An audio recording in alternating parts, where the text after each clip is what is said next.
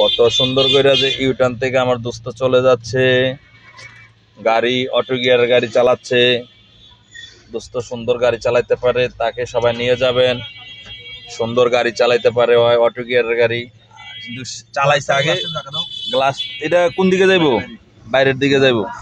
একটা driver starting এ বৈশা আগে দেখতে হয় তার লুকিং গ্লাস গুলা ঠিক আছে কিনা, বামেরটা এবং কি ডাইনেরটা, নাকি দোস্ত?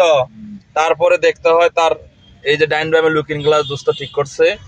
সুন্দর ওইরা গাড়ি চালাই। এখন আজ যে ঈদের তৃতীয় দিন বারাত চলে যেতেছে, গাড়ির বাড়া মারতে যাবে। যাই হোক, ওনার জন্য সবাই দোয়া করবেন, আর উনি বাড়া মারবে ইনশাল্লাহ। যাও, এখন বৃষ্টিও আসতেছে, আল্লাহ দিলে ক্যামেরাটা একটু গোলা হইতেছে, আপনারা বাজে কমেন্ট করেন না।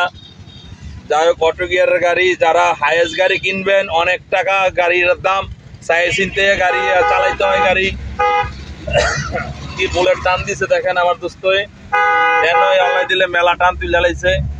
যাই হোক, যারা গাড়ি চালাবেন সিট অ্যাডজাস্ট করতে হবে, লুকিং গ্লাস ঠিক করতে হবে।